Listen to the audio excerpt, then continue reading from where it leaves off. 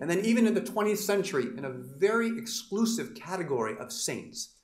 These are just saints, my friends, who lived and died and were canonized in the 20th century.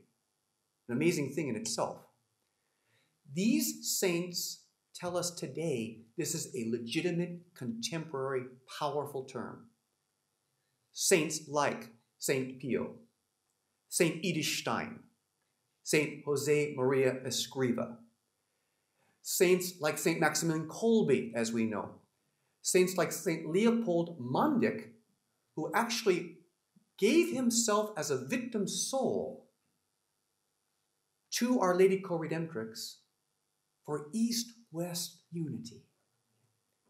So if you hear that ecumenism and co-redemption are antithetical, it's an ignorance of history. It may not be malicious, but it's an ignorance of history. And so this brings us to the 20th century and 21st century magisterium. And again, I want to make the distinction and the unity between doctrine and title.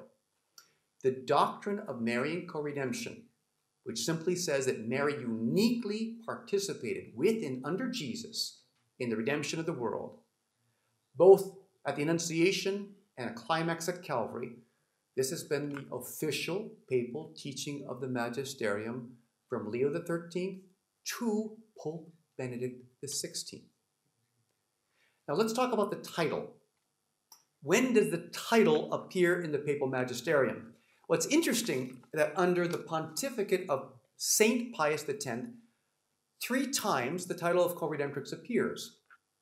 Twice it appears in documents of the Holy Office, what is today the Congregation for the Doctrine of Faith. 1 time it appears with the Congregation of Rites. But this is what's interesting. It is the Holy Office that uses Co-Redemptrix that they insert into a response from the faithful. In other words, what I'm saying here is, it's not like the Holy Office is saying we approve the title.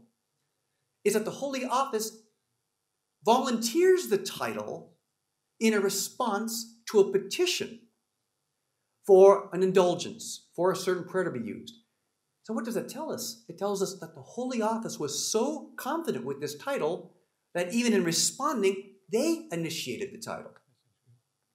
And of course, we have Pius XI, who on 3 occasions as Pope uses the title, and even says this title is something that we, in the Italian, it's a double negative, we could not but use to express Our Lady's unique role in the redemption. And then, of course, we have John Paul II, who on 6 occasions uses the title Co-Redemptrix. And not, as some opponents might say, just in, quote, marginal texts. I've never heard of a marginal text by the Vicar of Christ myself. It seems to me if it comes from the Vicar of Christ, it ceases to be marginal. But even in context, for example, the text of Guayaquil, where it is surrounded by scriptural and conciliar theology, the title is used as this unique role. The Second Vatican Council clearly teaches the doctrine, Lumen Gentium 57, especially Lumen Gentium 58 and Lumen Gentium 61. In fact, John Paul II wrote his only Marian encyclical, Redemptoris Mater, as a commentary on the passage of co-redemption from the Second Vatican Council, Lumen Gentium 58. That's how strong it was in his heart. When people mentioned that the title was not contained in the Second Vatican Council, and that's accurate, the history of why it's not contained is because a theological subcommission took out the title, even though there's 4 paragraphs in the first schema, the first draft of the treatment of Our Lady at the Council. There's 4 paragraphs of the explanation of the history of the title and of its legitimacy. Why was it taken out by a subcommission of theologians?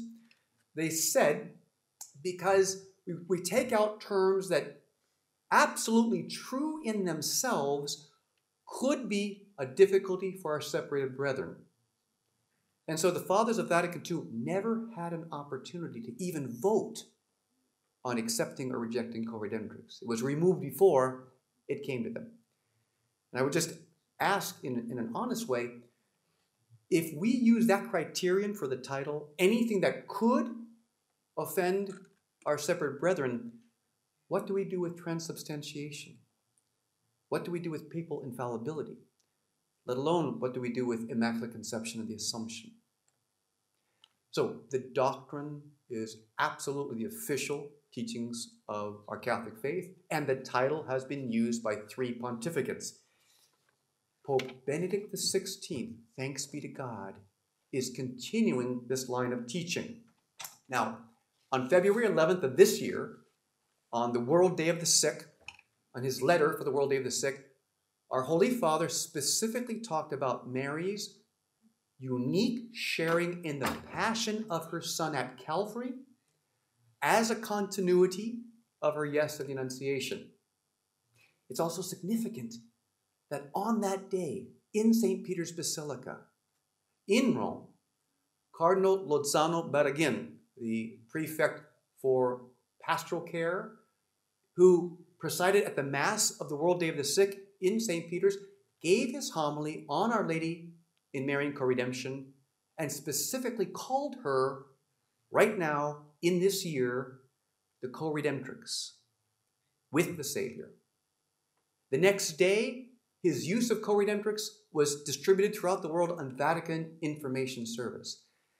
So if you hear that co-redemptrix is simply a pre-Vatican term, please be assured it is not only post-conciliar because of John Paul II, but it's post-conciliar because of the magisterium and the expression of it in our own time.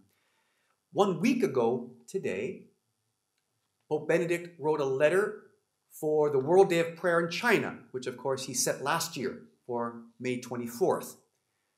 And in this letter to Our Lady of Shashan, he says the following, and I want to read this to you because it's significant in that there was no reason by way of theme that the Pope would have to bring up co-redemption. This is what our Holy Father said 1 week ago today in his prayer. He says, Virgin Mother, when you obediently said yes in the house of Nazareth, you allowed God's eternal Son to take flesh in your virginal womb and thus to begin in history the work of our redemption.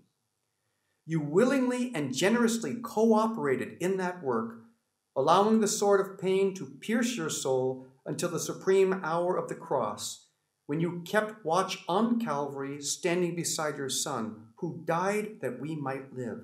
From that moment you became, in a new way, the mother of all those who receive your Son Jesus in faith and choose to follow in his footsteps by taking up his cross. Mother of hope, in the darkness of Holy Saturday you journeyed with unfailing trust towards the dawn of Easter. Grant that your children may discern at all times, even those that are darkest, the signs of God's loving presence. That's our Holy Father 1 week ago.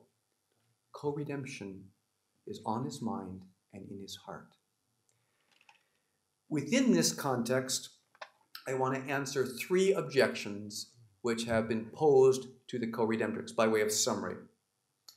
The first objection is that the term co-redemptrix represents a pre-Vatican II Mariology and therefore is irrelevant. As we have said, as soon as John Paul II used the term, it ceased to be anything of a pre-conciliar term because the Vicar of Christ after the council uses it. But more importantly, this represents an artificial separation between doctrine and title. The title encapsulates, embodies the doctrine, which continues to be the teachings, the powerful teachings of the Second Vatican Council and of John Paul II on repeated times, and now Pope Benedict.